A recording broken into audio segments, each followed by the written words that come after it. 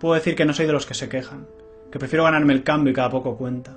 Y es por eso que quejarme hoy tanto me cuesta, pero no hay más que pueda hacer. Siento impotencia. Estoy harto. Harto de políticos corruptos y de bancos, de ladrones de traje, corbata y guante blanco, de recortes, de rescates y de embargos. Harto de avergonzarme de ser español y de España, de dictaduras teñidas de democracia, rojas antes, luego azules, y a saber mañana. Pero hay cosas que detesto y que no cambian.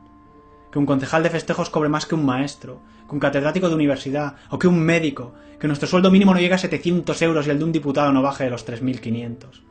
Harto de pagarles viajes, choferes, cenas, en restaurantes de gran lujo y tú mientras sudando sangre, trabajando, pasando penas para poder llenar así otra vez la nevera.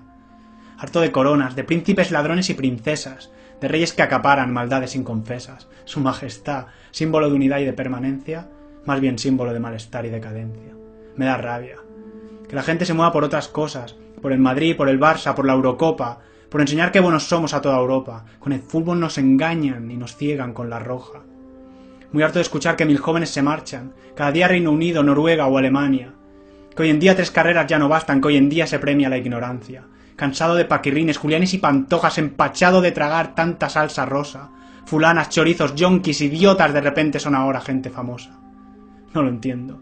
Que todavía intenten que me trague el cuento de que la fiesta de los toros es algo bueno, de que matar por hobby en la plaza es algo nuestro, no es mío, eso seguro, y es triste que sea vuestro.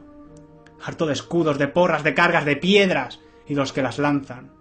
De que los puños ganen siempre a las palabras y de que al final nadie gane nada. Estoy harto. Podría decirlo más alto pero no más claro. Del hambre, desahucios, de robos, del paro, de que me obliguen cada día a aguantar tanto y hoy ya no puedo más. Hoy ya no aguanto. ¿Qué más da lo que diga? No cambiará nada. Me acusarán de vivir en un mundo de hadas. No pido riquezas, ni halagos, ni otras bobadas. Solo lo que es mío. Y ellos me arrebatan. Estoy harto.